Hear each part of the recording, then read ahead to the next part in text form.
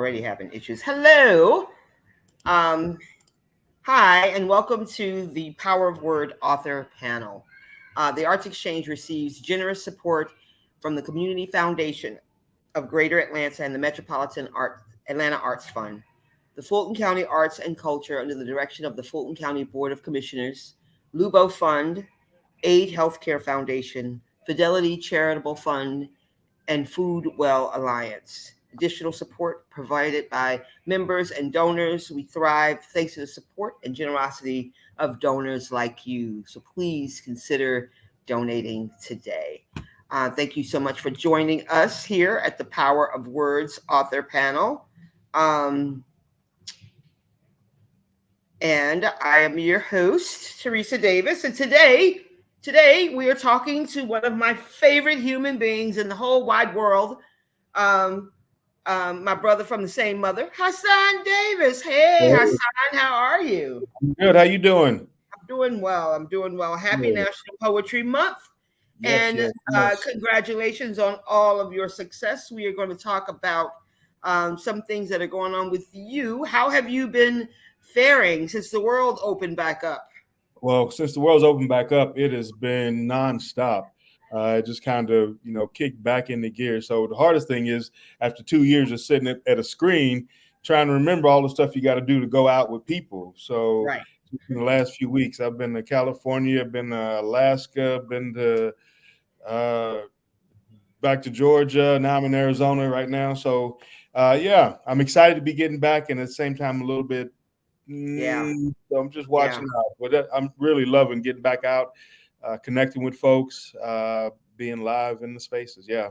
Yeah, I'm slowly getting back into that mode myself. I'm not traveling as much as you, and quite frankly, the idea of getting on a flight right now kind of terrifies me a little bit.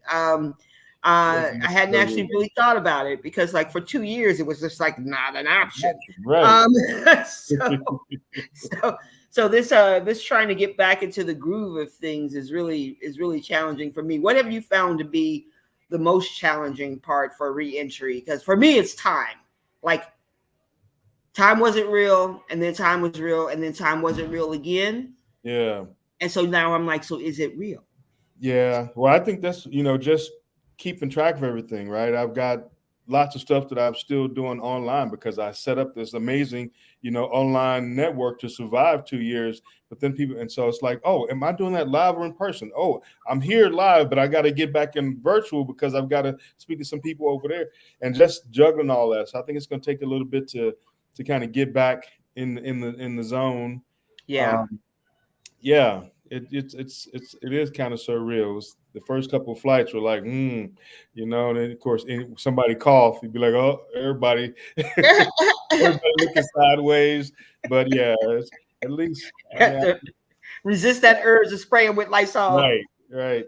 Yeah, I think that the close proximity is weird for me because I mean even now we're opening up and I go to the bank and I'll run into somebody who I haven't seen in a while and their first instinct is to try to hug you, and my first instinct is to try to run.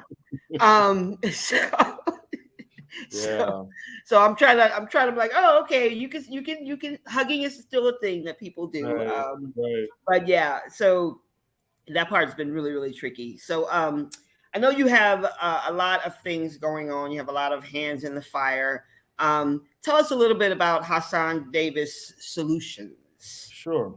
So Hasan Davis Solutions is kind of the umbrella for all of my work right now, which, in addition to, what I started off doing, living history, the 3 one-man shows that do historical interpretation, York of the Lewis and Clark expedition, Angus Burley, a Black Civil War soldier who escaped slavery to join the movement, Joe Louis, the boxer.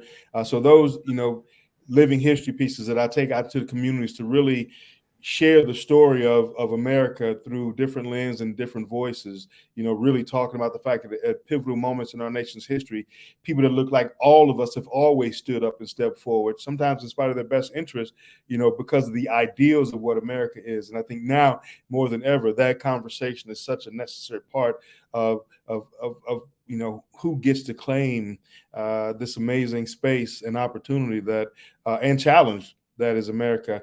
Also, I do motivational speaking, and I speak a lot at conferences, education, juvenile justice, child welfare, you name it. Really trying not just to inspire the folks who do the work with young people with populations in crisis, but also engaging with those populations and trying to figure out how they helping them navigate. Using my own experience and struggle through systems to success, to talk about the challenges of it, but also the successes that my hope dealers like our mama Alice Lovelace and Dr. Lorraine Wilson, those people who chose to step up and show us we could be more than what the world was telling us.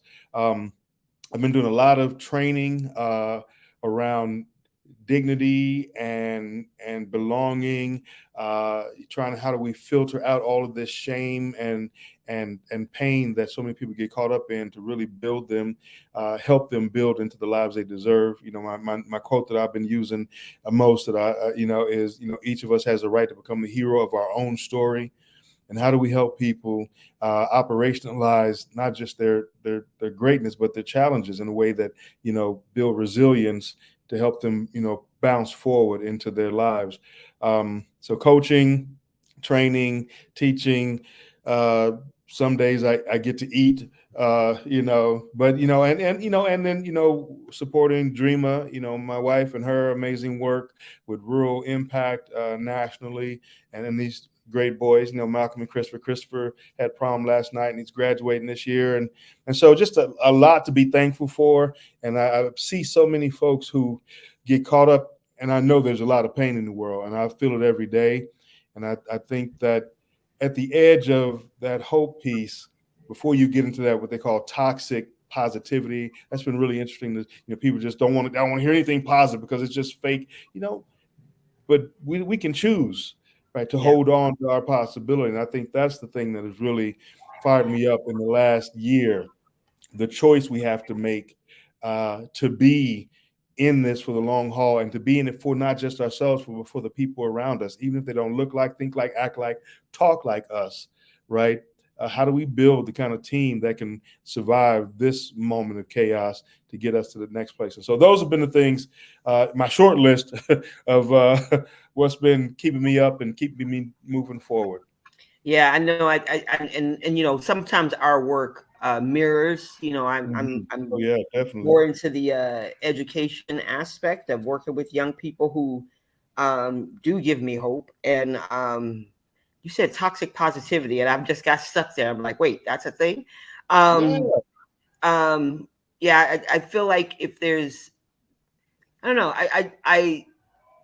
I've been challenged the most this year. I think because so much of my work is politically driven, and it just feels like this constant going backwards, which is so frustrating to me. And I know I have found myself in those places to where I don't even want to interact with that concept. So I've been trying to like find my softer parts to make me care about people who clearly don't care about anything. It's tricky. It really is. Yeah. So I've been trying to create this text of children's poetry, right? I got clapped out by a fourth grader, Hasan. A fourth grader clapped me out. The violence there. Okay. She was like, "Oh, you don't have a book of poetry for children? Because if you did, you would have all my allowance." And I felt the pain. And so that clapping out that happened right before the world ended has been like my sole motivating factor in trying to figure out a way to take this child's allowance, because it has become what I want. The mission, that's right. Right. Like so now I'm in the process of reading back, and I'm like, wait, do children know what restorative justice means? Maybe I need a different word for that. So now I'm in the part where don't change the words. Put a note in the back. Find a thesaurus. Right. So that's what I'm thinking. I'm debating, like, do I remove the line, or do I like have like some special italicized font, Right. and you go to the back of the book, and that's what that word means. Now go read the Yeah, dang poem again. that's right. Um, but yeah, so I'm still figuring that part out, and so hopefully, that's going to give me some oomph. The idea Mhm. that I can take children's money and they will buy my poetry And book. they like it. Yeah, and they want to give it to you, right? Right? It's cheaper than the Um, school bully. right. So let's talk about your projects that you have out. So you have three publications out. Mhm. Your latest, Human Rights, Human rights. book of poetry, and this is a book of poetry that has been um, coming for years and years and years and years Percolate. and years. It's been Yes. percolating. Yes. I've had the honor and pleasure of reading drafts of some of these poems, and it's been really cool, kind of like looking into them again and going back to like, oh, I remember when this poem was born, or I remember us performing this together. And we Right. keep threatening a Modasso return. Modasso, everyone, is mother, daughter, son. And that was myself. I'm the daughter, and that was Hasan. I'm He's the the son. son, and then the mother. That's Alice Lovelace. She's the mother. Modasso. No. Yeah. Um, so yeah, I think that piece should be looming larger now. Maybe we can Yeah. all figure out a time now that the world has opened back up to create some sort of event around celebrating family. I think that would be wonderful. Um, Yes. but we have come to the portion of the show where you can share some of the poetry in your new book. Okay. Human rights. So I'm gonna let you have the stage. You can like You, 10, you, 15 minutes, however long you want. okay. You Um, got an idea of anything you want to hear? I mean, I like everything. I mean, what is your? I guess I want to hear your newest stuff, something that I haven't heard. okay. Um, um, Okay. yeah, something I Consider haven't heard, some or something I haven't here. heard in a while. All So right. you all out there in the listening world on Facebook and on YouTube, if you have any questions, please throw them in the chat and I will ask away when we return. But right now we're going to listen to my brother Hasan Davis read from his new collection, Human Rights, which is available at Just Us Books. Go That's right. there. Go get it. Support Go get the it. actual publisher and the author, and not. You got to go to Amazon, fine, but Right. you have choices. All Know that right, there are other options. That's right. right, y'all. Hasan Davis. All right. Hey, y'all. And thanks, Theresa. So the piece I'm going to start with is called On and Up. It's a piece that I wrote. It's about our mama, me. And, those of you who may have read my book Written Off, which is about me and my journey through disability, learning disabilities and power and juvenile delinquency, getting arrested at 11 and being on probation the rest of my child, all that stuff, navigating that. I had my mama, my hope dealer, HD1, I call her hope dealer number one. And I wrote this piece years ago just to kind of to let her know I see her and recognize what she gave me. It's called On and Up. When I was 8 years old, I faltered and fell. She picked me up, then brushed me off and sent me onward and up. When I was 11, I faltered and failed. She picked me up, then brushed me off and sent me onward and up. At 19, I faltered and failed. She helped me up, brushed me off, and sent me onward and up. For all of my life, I've never wanted to seem lost, useless, or without hope in her eyes. She tells me now that for all of my life, I have never seemed lost, useless, or without hope in her eyes. She asked me to speak the thunder. She taught me to shout the lightning. She demanded I consume the sun. So I did, and I do, and I will, because she said I could. She is inspiration, the catcher of dreams, my source of light. But what she gave to me, she offered to the world, refusing to wait for others to make it right. Onward and up. So that's for my mama. Um, one of the things that I share a lot. I'm a soldier. I joined the army kind of out of desperation, um, as a young man after I got expelled from college and came back to Atlanta and kind of was caught in a space where I realized if I didn't do something pretty dramatic, that space was going to be my coffin. I wrote a letter to my mother from Fort Knox, Kentucky. Dear Mama, I'm joining the army. I'll see when these people let me out. But I had to make a decision that day. Uh, After that, and going through my training and coming back and getting back to school, I was part of a service movement called COOL, Campus Outreach Opportunity League, and we would meet every year on one campus in the nation. 2 or 3 thousand college students would show up, and for a week we would just dive into services across the community. One year we wound up in LA, and I was assigned to a homeless shelter, and met, encountered some pretty amazing men and women who all shared a really common thread. They were all veterans. They were all folk who had served their country. And it seemed, at least at some point, it's the same thing you see so much now with our vets coming back from Iran and Afghanistan. The country at some point forgot to, neglected to, or stopped serving them. But after that experience in the shelter, I went back to my room, and I just started writing.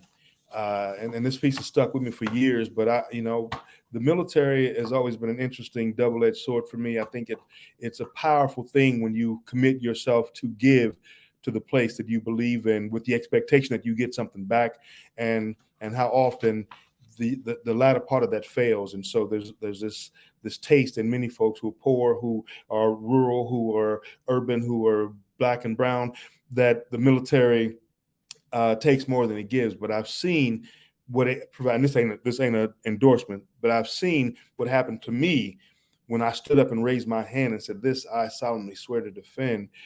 The expectation that immediately jumped in. But so all of that kind of sat with me as I was struggling to serve and be with these folks. And I wrote this piece called Aces. He looked into my face, his one good eye dancing in the confusion that were his thoughts. Told you I could fly, he said, then coughed up something unrecognized. I am a pilot. See, I know the old man with the unnatural curve in his back from sleeping in cans and hiding in doorways wasn't even 45. He removed an iron cross with tattered ribbon from a hole in his outer layer of clothing. My secret pocket, he whispered. Sure, Ace, as he liked me to call him, could remember the war like it was yesterday, because that was the day he became MIA, missing in America. It's a post-war condition that captured so many who gave more than they had volunteered. Many returned mentally or socially bankrupt. Ace was just another example. The American dream turned nightmare. Thanks for the emergency fuel, partner, he stuttered, then slurped down the last bowl of cold soup. I got me a stealth mission tonight. But I'll be all right. And if you hear from Uncle Sam, you tell him I think I'm ready to go home. If they don't need me no more, I mean. A pause. Soon as I gets the thumbs up, he turned back into the darkness that was the city around us. I'll be ready to go. Pulling down his goggles, he looked back over his shoulder. Tell them, as long as they keep that light burning, I'll find a way home. Don't worry about me. I'm American made, boy, dependable and strong. I'm always going to find a way home.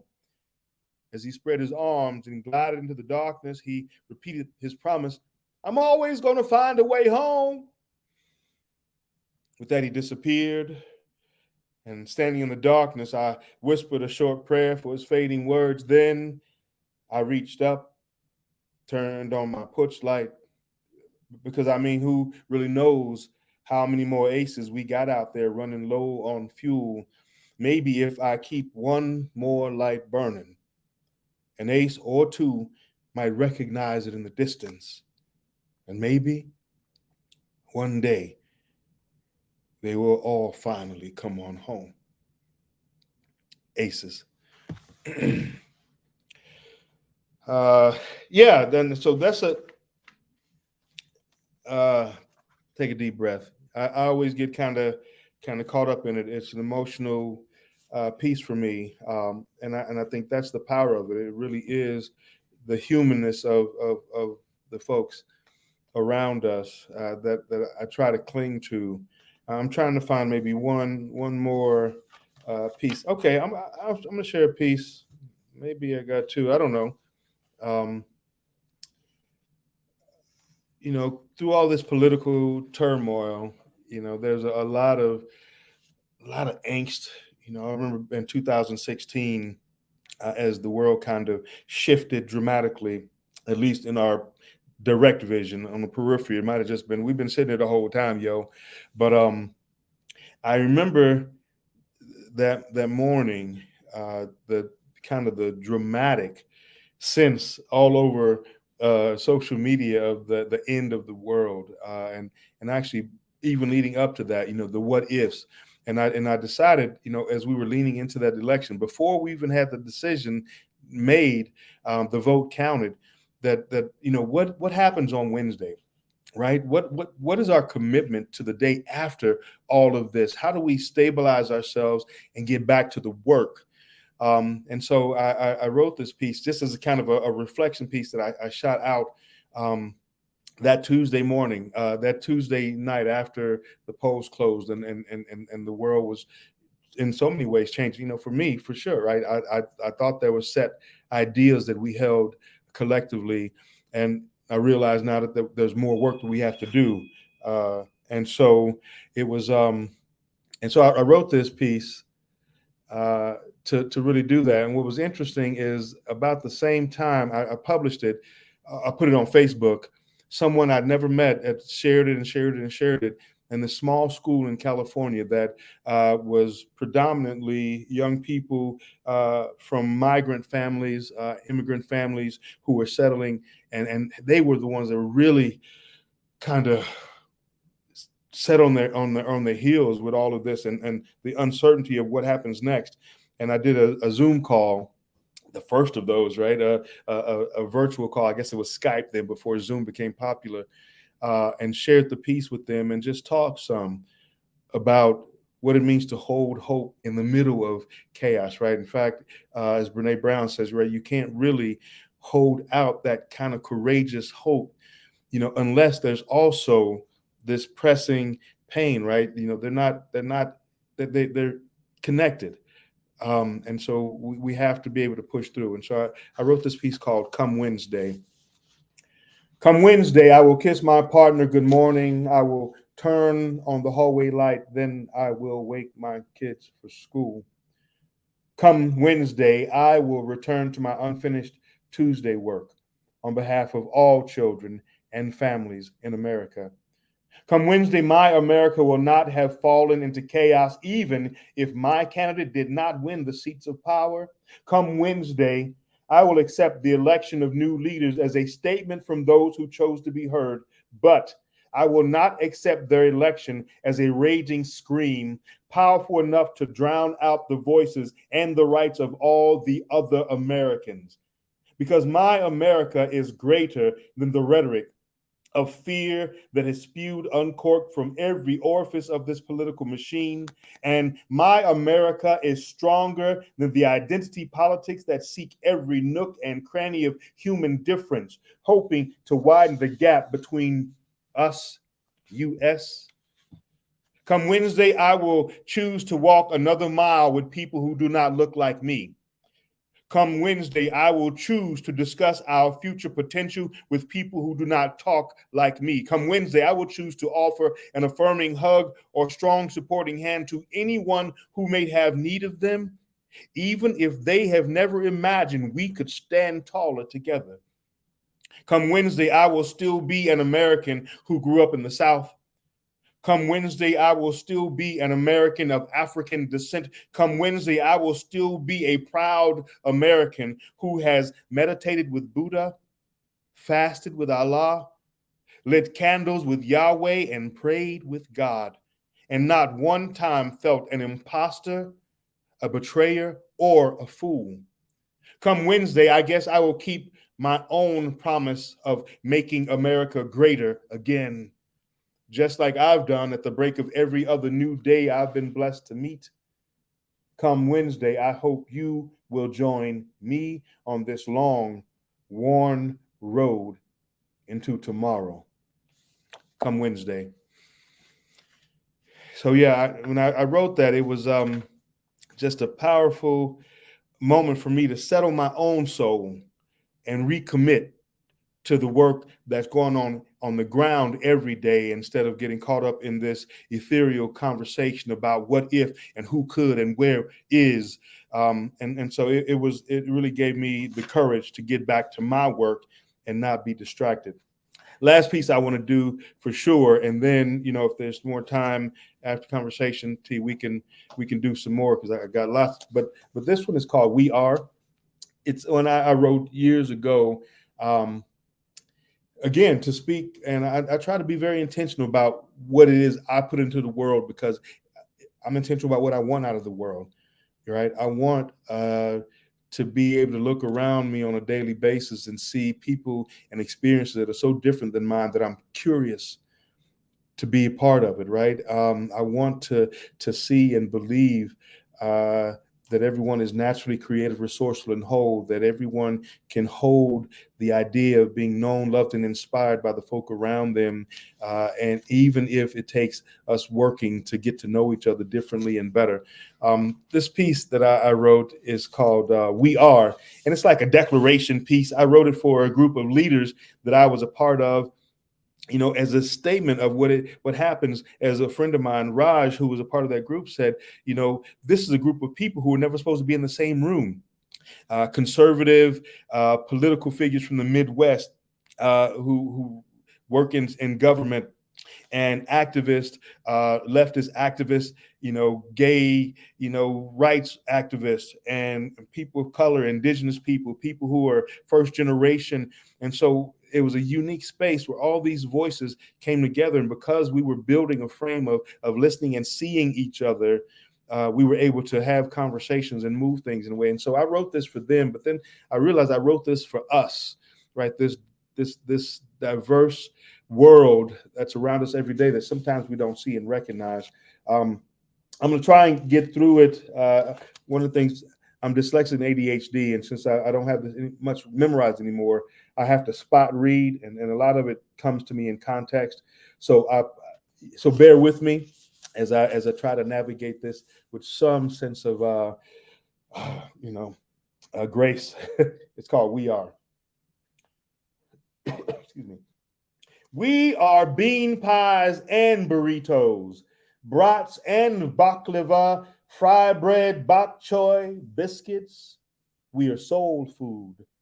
We are soulful. We are so full of life, of hope, of dreams that we span the continents and time.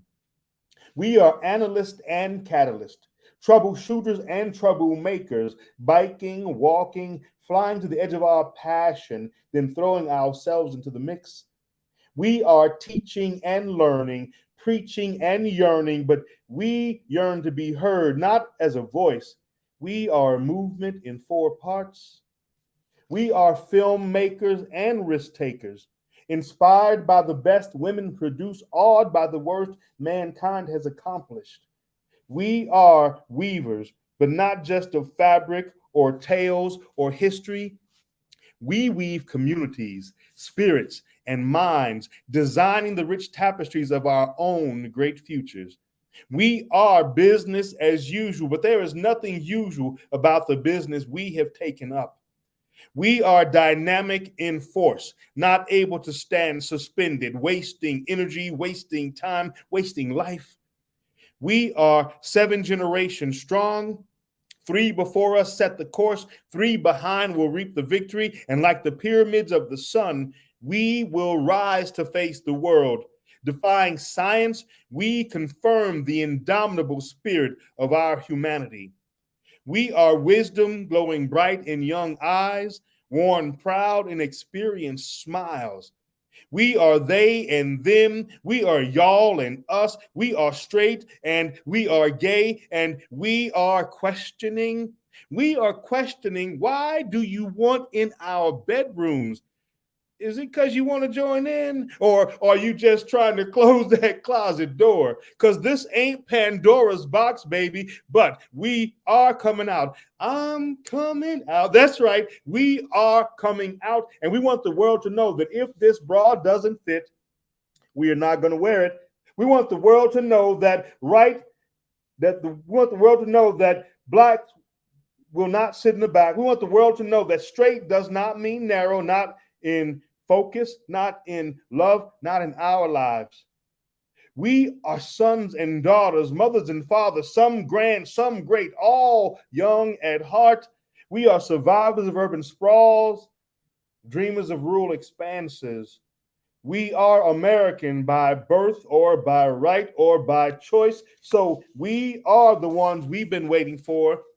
We have been waiting for a sign. We have been waiting for the keys. We have been waiting for the truth, because we can handle the truth, and the truth will set us free, free to pursue justice, because we are beating injustice down. We are the American way, at least the American dream, manifested or not. It has become our destiny.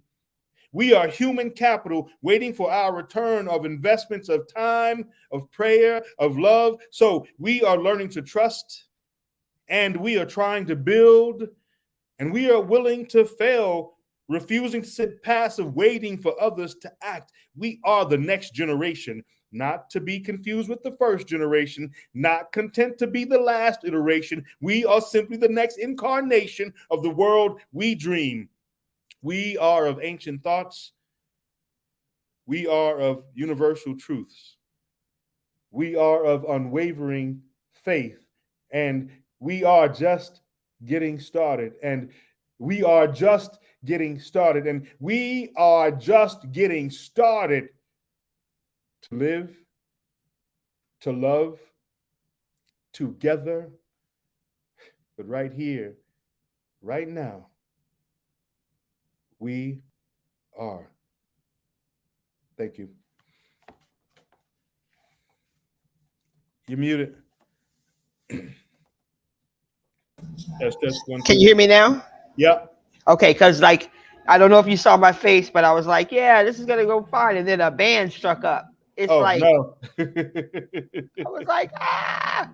So I was like praying that my headphones that I did find yesterday had um, a mouthpiece Mike. on it. So Yeah.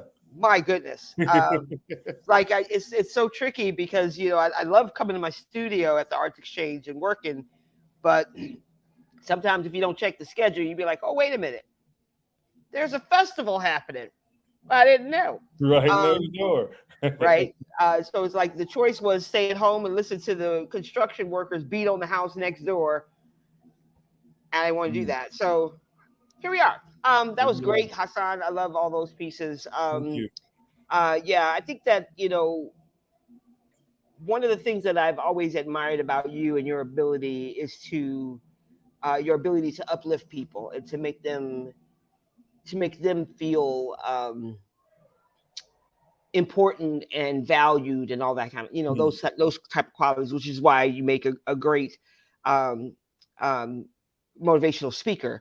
And also it also helps to push your performances when you are doing the living history pieces too, because I think that despite that term toxic positivity, it's so weird. I just can't it stop is. thinking about Yeah. it. My head. Yeah. It um hurt my head when somebody. Oh, this just talks positive. Yeah. I'm even gonna get into that whole. Yeah. yeah, That's a I'm whole just other like, thing. yeah, it's like we can't have nothing nice. What I mean, like we can't have no nice stuff, like none. Right. Um, yeah, that's just so wild to me. You Hmm. also said another phrase before, instead of referring to young people who are in detention centers or prison, instead of calling them prisoners, you called them something else. You said people in crisis. Yeah, sometimes I call them people experiencing incarceration, or youth experiencing systems. Yeah, You know, yeah, um, yeah. Yeah, because words are powerful, Right. and And that's a stigmatizing word right there, right? yeah, yeah, Um, Go ahead. yeah. Well, one of the things that everybody might not know, I used to run the juvenile justice system for the state of Kentucky, and I was vice chair of the federal commission. So a lot of my work is in this justice area, and I think that when we label, and it's so easy to label something what you want it to be, and then all of your intent and your psychological energy goes to confirming what it is you believe, right? And so when we call kids thugs and monsters, we call them prisoners and inmates, the folk who work with them on a daily basis, that's what they see, right? And so I think that and it's a hard place to adjust to, because at one point when I would talk about my young people, I'd say you know I call them youth, and I call them youth development centers.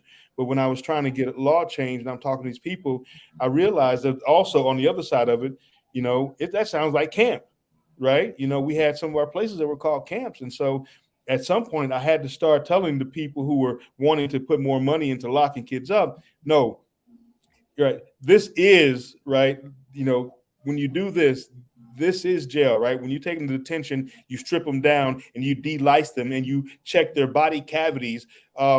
Yeah, there's so I had to shift in my conversation with some people, because they were like, oh, it must be great for them there. They're safe, and you give them programming. I was like, oh, so you're missing this whole conversation. So yeah, there's still trauma here. There's still impact, and so you know very few young people who are in these systems ought to be there. Right. The few that should be there should only be there for a set amount of time. They should be very short, and we should be very targeted about how we get them out of there. And none of that happens. And so I Right. don't want to make that conversation, but so there's Yeah. a lot. But being in this work, I know there's a lot we can do to reclaim, and the arts is a huge part of that, right? In Right. my Right. advocacy, getting art to young people, not just as they're locked up, before they get locked up, after they get locked up, when they're back at home, give them creative engagement, places to go and find that spark is the thing that we have to do. So I'm gonna get off that, because that could be a whole other conversation one Oh, day. no, no. Maybe Yeah. that's the book I need to write, so then we can have that. Right, we can come back to Right. that conversation. No, no, it's true. I mean, because I mean, I think that that's also a lot of what informs kind of what I do. Like Yeah, I'm working with these young people, and it's like I get so excited when I am invited into a classroom of, say fourth graders, like fourth, fifth yeah, graders, like the at risk, what they want to call them, right, right. youth. And I think I frustrate a lot of teachers because I don't allow them to tell me who Yep, the bad exactly. kids are. I don't Yes. allow them to Yep. point out anybody. And I go in, before we have our meeting, I go in with, like, I meet people where they are. I don't try to drag them someplace they're not trying to go. So, it's self-select. If a kid writes a Mhm. poem, that kid chooses whether they share that or not. For sure. You Right. know, Right. you cannot make this an assignment. Um, you cannot you cannot base a grade on this. Grade on it. Right. If you want to give them participation, that cred or not cred, that's fine. But I would prefer not a letter grade. And so, Right. um, coming back into the classroom, the challenges have been for me, um, because these teachers don't really know who these kids are, right? They've been looking at their eyes behind a mask for a year, Yeah. um, and so they, like, I've run into a couple where they feel like they are hyping the kid up when they say, "Oh, I'm going to share this for you," and the kid's looking horrified. And Yeah. I'm like, "Well, no, actually, it should be their choice." And they're like, "No, no, no, Right. it's going to be great." And I'm like, "Okay, so Oh, you've just done a whole lot of things, yeah. and I don't want to, like, break you down in your classroom in In your front of class, these in front of your kids kids. because Right. I'll be doing what you're doing to them, Right. but it's not cool." Yeah. So I think that there's a reteaching portion of reentry that a lot of folks have to do, especially artist type folks who I go agree. in, and you want these young people to find that creative whatever, if they have it, and express it should they want to, but, like, Right. whoo, it's been wild. It has been wild. Yeah. But I think that it's really it's been a difficult time. I think for a lot of people, Hmm. and I think that a lot of our focus has shifted to the correct place, but then I feel like a lot of other focus has like gone into the different Right. spaces, right? Um, so it's tricky to just try to keep all of the things in the air. Somebody made a comment. Um, at risk is another stigmatizing phrase. She has a colleague who changed that to at potential. I like it. I like it a lot. Yeah. Yeah, I don't like that phrase either. I try really hard not to use that. I say underserved. I'm like, well, you mean they haven't been served properly? That's what you mean? Um, but yeah. So let's talk about York Okay. because we could be political all day long, you and me. Right. So York came out as a hardcover uh, right before the pandemic hit, right? That's right. Yep. 2019. And Yeah. Like right yeah, before. right before, because I think you were up here for Black History Month. He's black, y'all. Um, and we were talking about York. So tell us about this journey and all the amazing things that have happened because you took that risk to learn about this man's life. Yeah. So York was a member of the Lewis and Clark expedition, and whatever you think about Lewis and Clark, and I got some thoughts on that. One of the things as the nation came to the bicentennial of that historic moment, I was learning about actually I was doing my first one man show, the Civil War soldier Angus Burley, the long climb to freedom, and someone was like, "You just amazing, performer. You should tell Lewis and Clark bicentennial is coming up. You should do a story for that." And I was like, "Dude, I'm a really good actor, but I don't think I can pull Lewis and Clark off that." And they were like, "Huh?" I was like, "Yeah, yeah. I mean, when I was kids, everybody played Lewis and Clark, and that's all we played. So all the black kids, but I do." And they were like, "No, no, no, no. There was a black member." And now I was embarrassed. I mean, I'm a student of history. I do historical research and interpretation for a living. I'm like, "Huh?"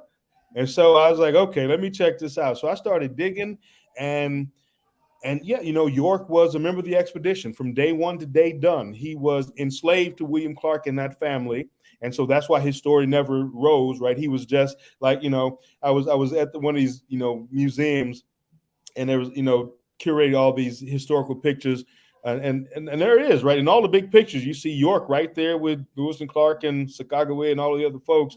And I asked one of the guys, like, what about that guy right there? And they was like, who? I was like, the black guy, right? Kind of like, let's be obvious. He said, oh yeah, that's York, right?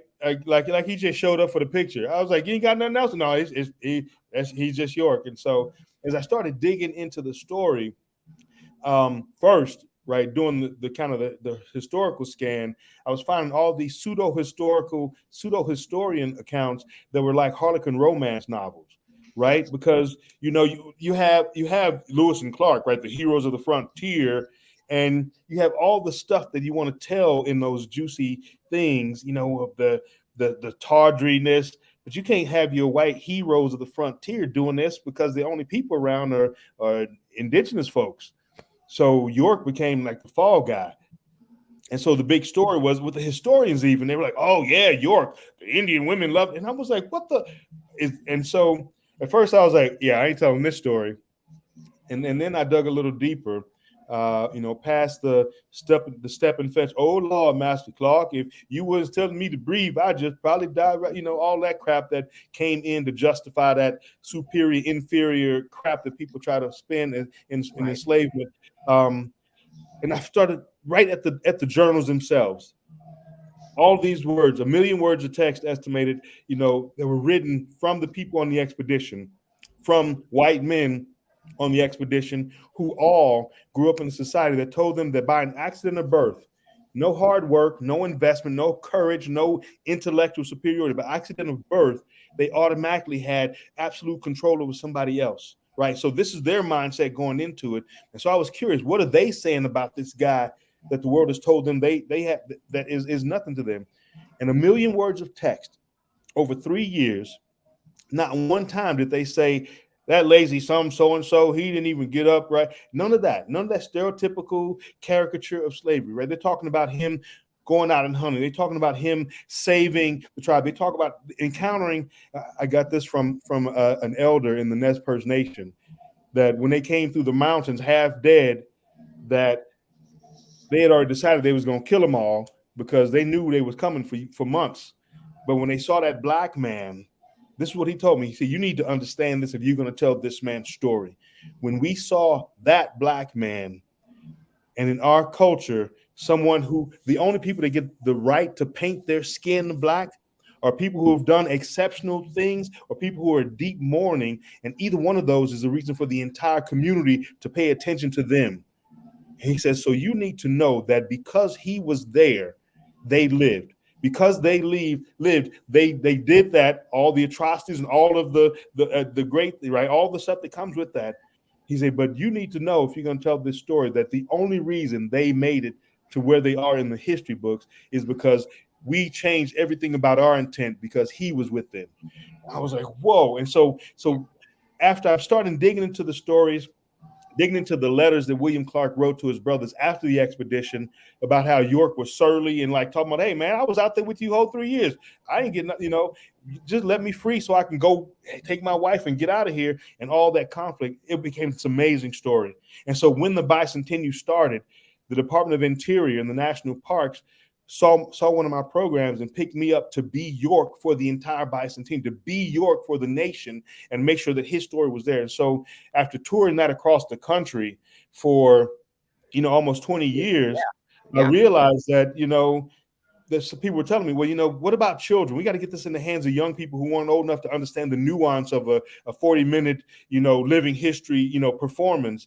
And so that's when I started setting out to tell the story as a children's book. And so the Journey of York is that final piece of images and words, kind of put in the journal format, kind of like they did, like the writers on the expedition. They always wrote in journal form. And so kind of a journal format. If York, could have written, if York could have kept his own track, what would that look like? The story he's telling back to his wife and his family, the people at home who don't know what's going on. And so that's where that came out of, and it's been a real blessing. It's been great to get it out, tell those stories, and have young people able to hear those stories. Right, I did it at a third grade reading level because we know that is the space where especially young boys of color get disinterested in reading, and reading is such a big indicator. Again, going back to my juvenile justice hat, indicator of future involvement with systems.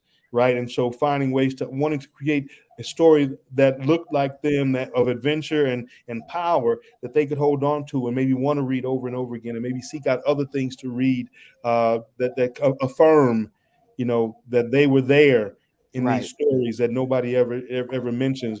I always say it's like a telephoto lens in history, but if we just pulled at that wide angle, all these other look, there we are. What? Nobody's right there, right? We was right there.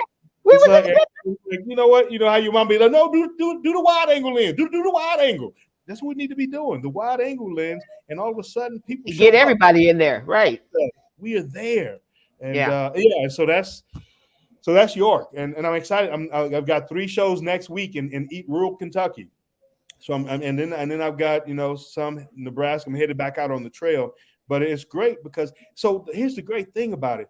With all this CRT and all this other crap going on, these stories are so powerful because they draw you into an individual.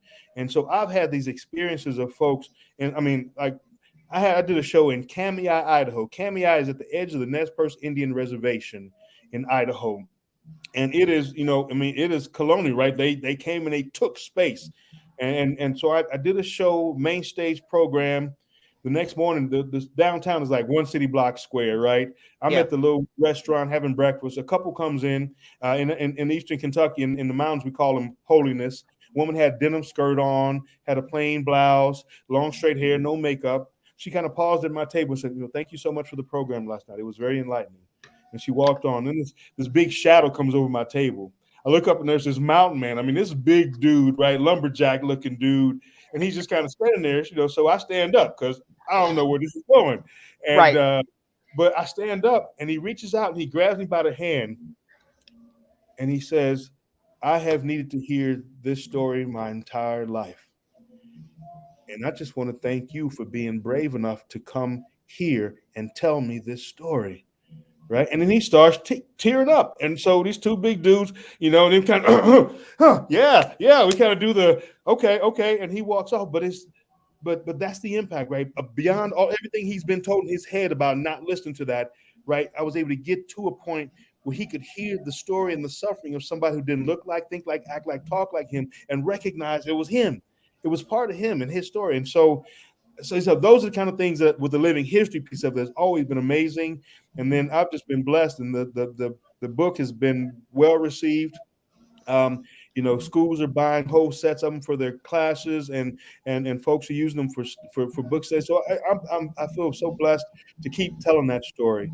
And York is available online.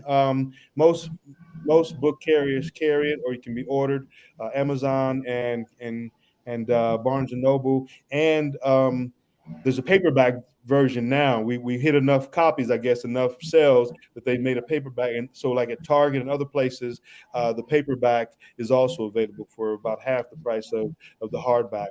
And if you are in the vicinity of the Arts Exchange, we actually have some copies here that I would be happy to sell you and send the money to Hasan via Cash App or some other place thing. So do not let anything stop you from getting this. And yeah, Nothing. I think that part of I often wonder about our dynamics, you and I and our family, and how the storytelling aspect, the connection of you and me, like Mm-hmm. because that's, I mean, part of my love and my draw for performance poetry and slam poetry is that idea of connecting with someone who is unlike me, because Yeah, I believe in my heart and spirit and soul that our stories bump up against each other a lot more absolutely, often than not, right? absolutely. And I mean, I've had so many moments of telling my story, but also trying to balance that some of the stories are hard, Yeah, but I need to get them out of my body, and I also believe that right. somebody needs to hear that, right? Good, exactly. Um, and so it's always been that kind of balancing acting, and we get into politically correctness, as in different spaces as time goes by. And there was a time, when I had this poem about, oh hey, can you stop killing black people now? That'd be really really cool. Where I actually, said the names of um, young people who were murdered multiple times, who were Right, murdered with multiple shots, right? And right. then there was this whole big conversation about, if you're performing this in a slam or a competition, then you're kind of using these dead black bodies Right. for points, and To and put and right, and right. I don't necessarily agree, but I can see that. But then, I mean, in its first inception, the poem is called Apocalypse. In its first inception, I named like 8 or 9 young boys who were all under the age of 20, who were murdered by being shot repeatedly by the police, Right. unarmed, right? Mhm. And so I was still trying to work out the kinks and the clunks of it, knowing it would get smoother later. And I did it for the first time at Morehouse College, at like this. They were having this program for Teach America, right? And so I was performing in Mhm. front of all these young budding teachers, right? So I do the poem, and it's hard, um, and I get through with the poem, and this young man comes to me, and he says his brother's name, who I mentioned in the poem, Uh-huh. and he said, "I thought everyone had forgotten about him." Forgotten them. Mm. And he Yeah, burst into tears in my arms, and so now we're both. But so it's that like what do you do with that, and yeah. artistically, how do you tell that story without, yes, I don't want to take your story out of the mouth, but like that man needed to hear that day, Yeah, right? He that's right. needed to know that somebody remembered his family member who was taken away from him so violently, right? So, Right. so that struggle place of when care. Right. Then on the other hand, go to Boston and perform one of the queerest poems I own, to have a straight white man come to me and tell me I need to talk to his wife because she needs closure from a relationship she had in college, and I'm like, wait, what? Right.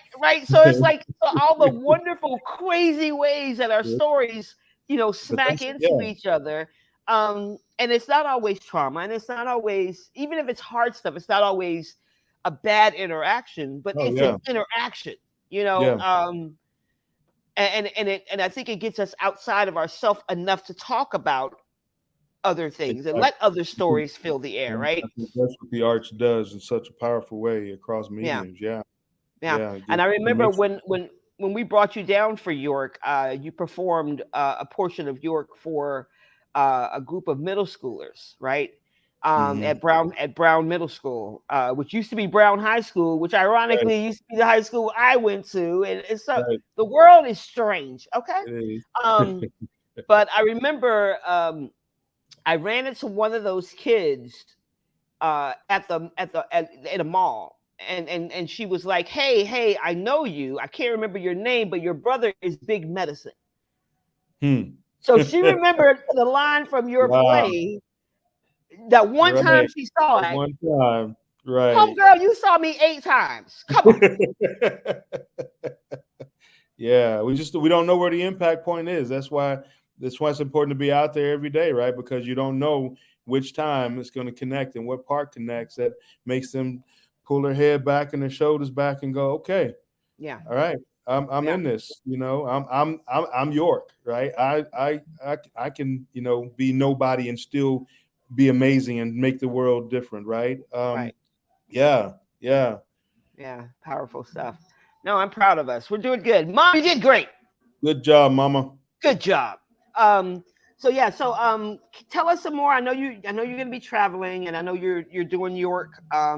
When you do the historical, do you travel through their exact route, or do you? I did. Well, when we did the bicentennial, I did. So it was, from Harper's Ferry in Virginia, where Lewis got the first equipment, and then to Pittsburgh, where he got the boat built, right along the Ohio River, up to the Missouri River, up to so yeah, during the bicentennial, I traveled that course all the way through, um, stopped in all those communities, met lots of amazing folks, indigenous folks, leaders who were telling their version. It was great hearing their stories, right?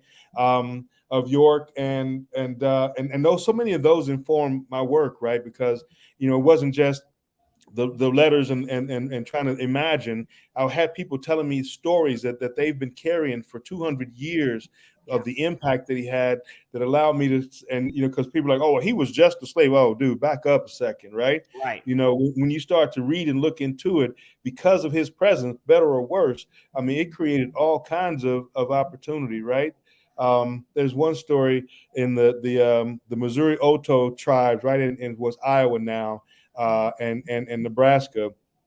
They're coming through there, and they run into this brother who is a sub chief of Missouri Oto. And when he sees him, he goes straight up to York. This was told to me by a wisdom keeper, storyteller from the Missouri Oto tribe. Right? He says he goes straight up to York and he starts talking to him like homeboys. And of course York don't understand, and nobody understands, and everybody's like, no, he's and when they finally Drouillard, who was there, he was their interpreter. He was half French and Shawnee Indian. He was like the badass of the frontier. He could speak to most of the tribes. He was the best hunter. That guy, highest paid member of the expedition, right? But he, when he finally could communicate with him, they got to the whole group, and he did the big sit down and the formal stuff with the tribal elders. The story goes that this guy left, excused himself, and went on a 2-week fast and meditation. And they said that he did it because when he saw York, he was a member of the Bear Clan. When he saw York, he recognized him as the embodiment of the bear spirit, his living brother. And so he Wow. went to him to say, and because York couldn't speak back to him, he was like, dude, you don't, he didn't.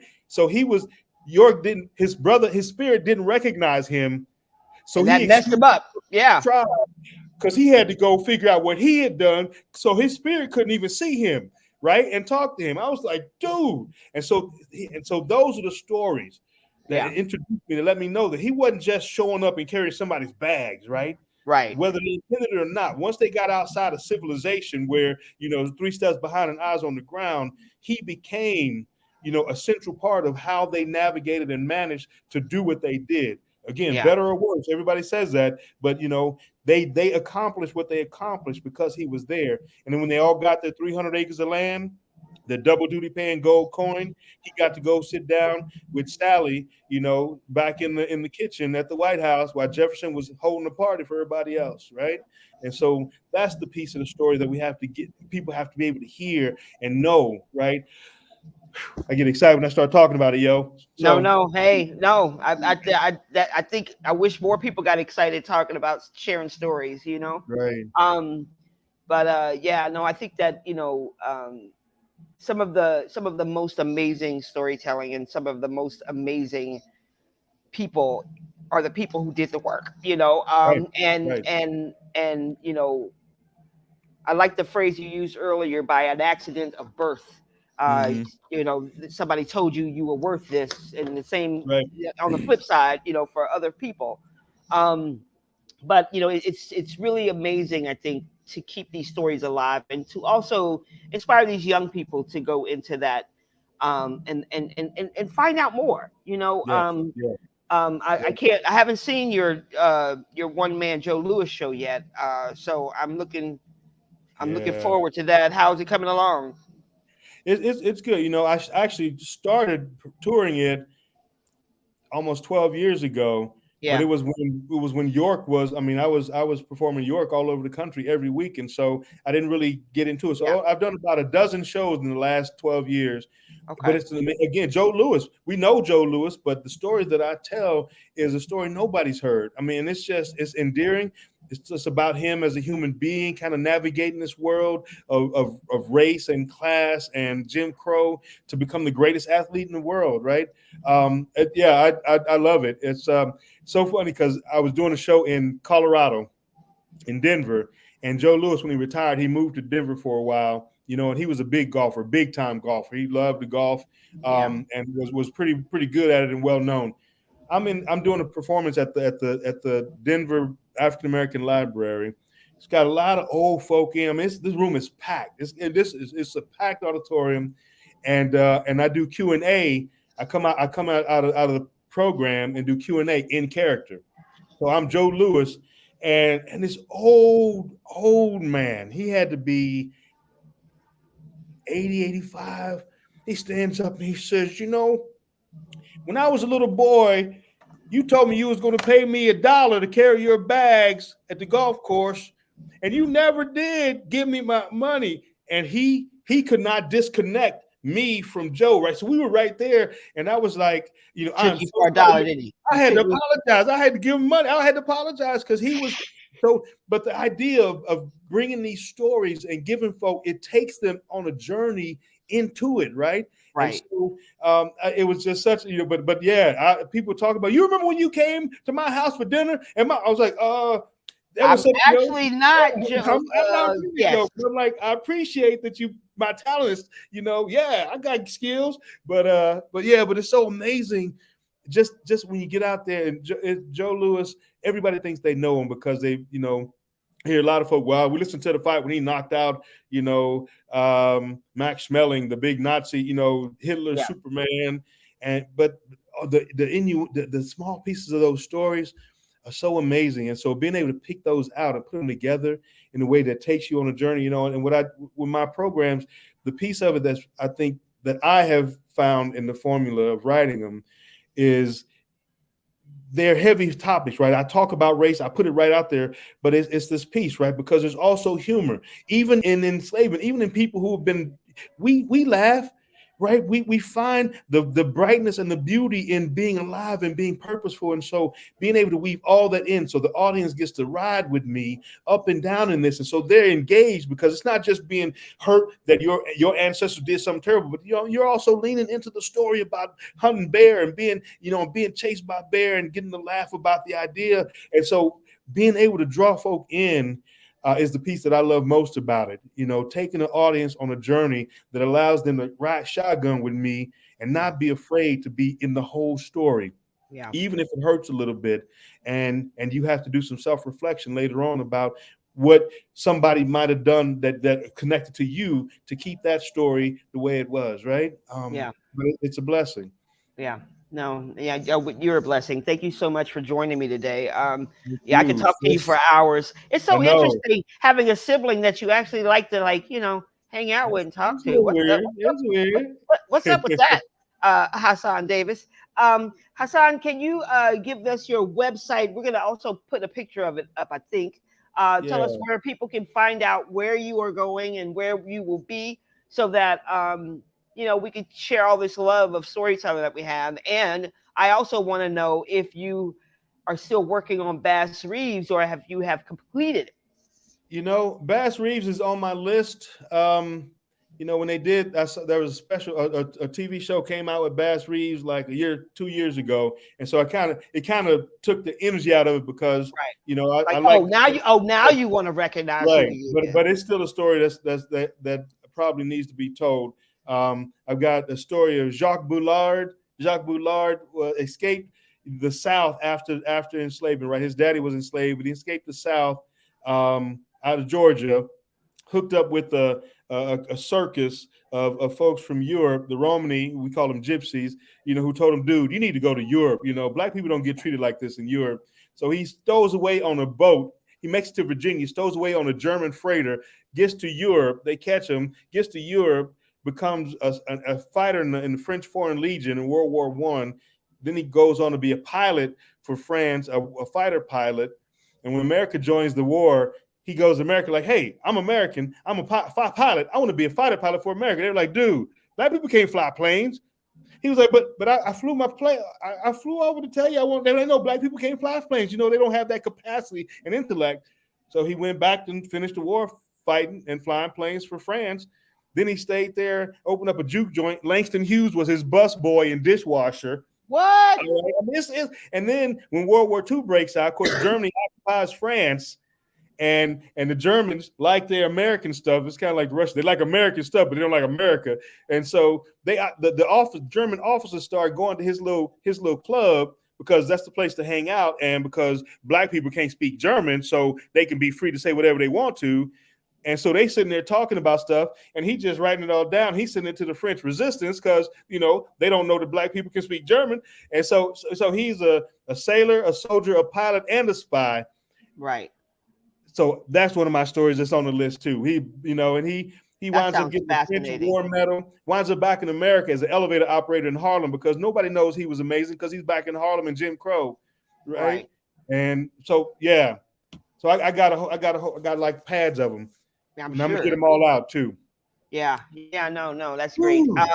Yeah, I know. I think I'm listening, and I'm like, all right. So now, what basically what you're telling me is I need to book you to do a storytelling workshop, so we can encourage some So we folks can out get there it, to collect some get stories and learn into how to tell that it. story, and create those arcs. I mean, I could Right. do it. I could do it in 3 minutes, and I've gotten pretty good at the live Yeah. storytelling.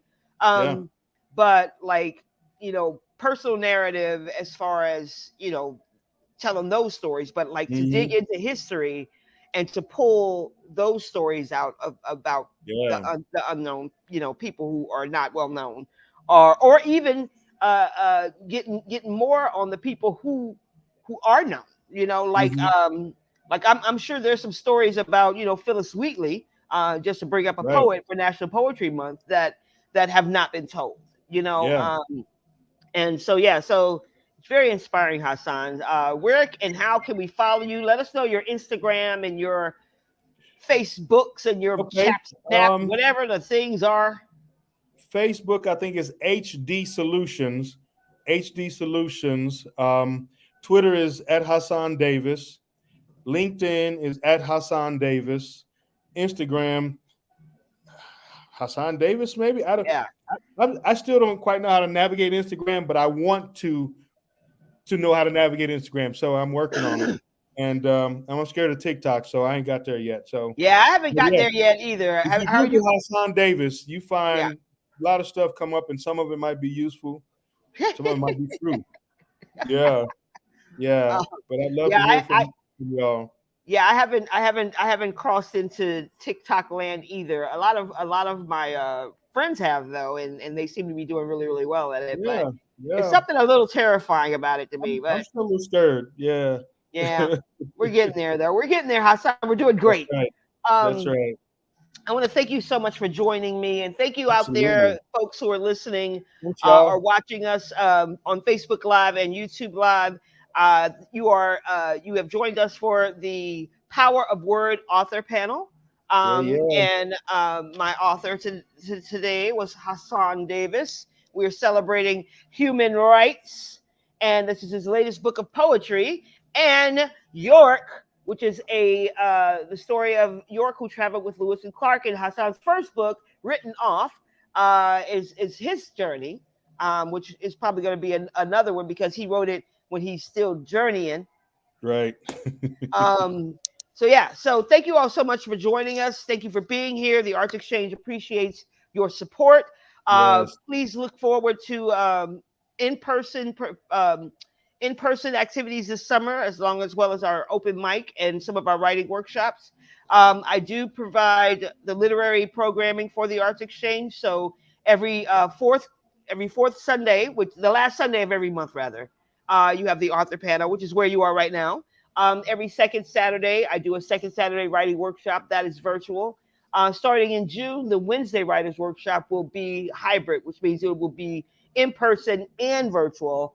So hope you consider joining that. And that you can find all of our programming at artsexchange.org. And we look forward to seeing you. We have some new shows coming up in the exhibit. So yeah, come check out the website, check us out, and support your local community center because we just out here trying to support you. Mad Right. love. Enjoy the rest of your Sunday. Thank you so much, Hassan. I will see you Thank soon. you. Y'all be safe. Wash your hands and just continue to be safe. I mean, That's right. yeah, just do it. All Take right. Thank care. you so much. Thanks, y'all. Thanks, T. Love you. Bye bye. Love you too. Bye bye.